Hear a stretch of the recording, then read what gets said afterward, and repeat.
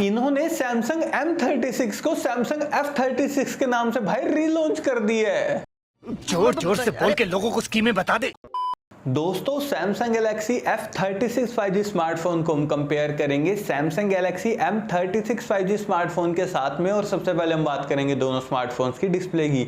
तो भाई दोनों फोन्स के अंदर हमें 6.7 इंचेस की full HD plus super AMOLED display दी गई है, जो कि 120 हर्ट्ज के रिफ्रेश रेट को सपोर्ट करती है।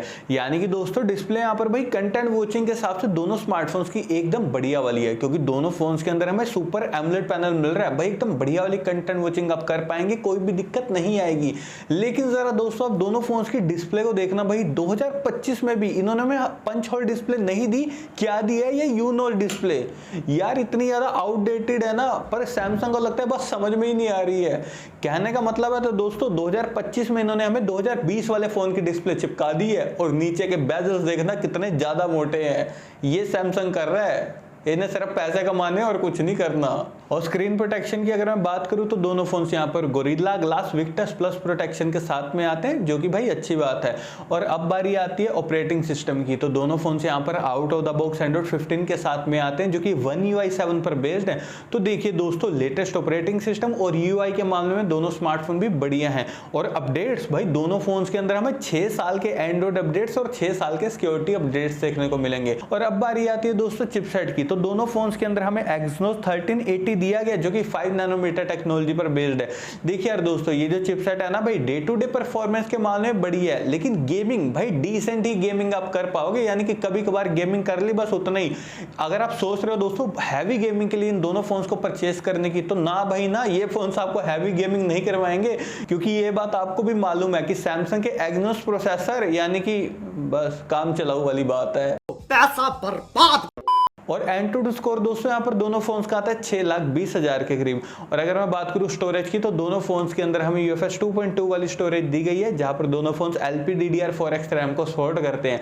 और देखिए दोस्तों वीडियो के लास्ट में मैंने आपको सैमसंग की तरफ से काफी बढ़िया फोन सजेस्ट करा है, तो आप लास्ट तक रुके रहना। और साथ ही इन दोनों फोन्स के साथ साथ मैंने उस फोन को भी टैग कर दिया जिसे आप डायरेक्टली जाकर परचेज कर सकते हैं। और अब बारी आती है दोस्तों बैक कैमरा सेटअप की। तो दोनों फोन्स की बैक में हमें ट्रिपल कैमरा का सेटअप दिया गया, और इनका कैमरा सेटअप भाई सेम है। यार सैमसंग ऐसे झोल करता ही रहता है, F16 M16 F36 M36 सब कुछ सेम बनाता है भाई। ये कर क्या रहा है ये सैमसंग। तो भाई दोनों फोन्स का जो मेन कैमरा है 50 मेगापिक्सल का, अल्ट्रा वाइड कैमरा है 8 मेगापिक्सल का, और जो मैक्रो कैमरा वो है 2 मेगापिक्सल का। देखिए दोस्तों जो दोनों फोन्स के मेन कैमरा ना भाई 50 मेगापिक्सल के, भाई नो डाउट अच्छी डिटेलिंग के साथ में आपकी फोटोज क्लिक कर देंगे। भाई दोनों फोन्स के कैमरा सैंपल्स आप स्क्रीन के ऊपर देख ही पा रहे हैं कि यहाँ पर इनके मेन कैमरा ने डिटेलिंग को बढ़िया तरीके से कैप्चर किया, और पोर्ट्रेट शॉट भी मुझे दोनों फोन्स के बढ़िया लगे। लेकिन दोस्तों अगर आपको इन दोनों में से किसी एक को चूज करना है ना बढ़िया ऑप्टिमाइजेशन के हिसाब से, तब आपको यहाँ पर डेफिनेटली F36 की तरफ जाना चाहिए, क्योंकि मुझे इसकी कैमरा ऑप्टिमाइजेशन ज्यादा बढ़िया देखने को मिली है।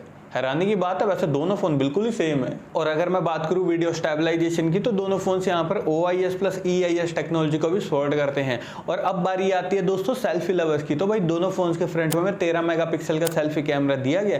और देखिए दोस्तों दोनों फोन्स के जो फ्रंट कैमरा ना भाई अच्छी डिटेलिंग के साथ में आपकी सेल्फी फोटोज क्लिक कर देंगे, उसमें आपको ज्यादा शिकायत तो भाई नहीं आएगी।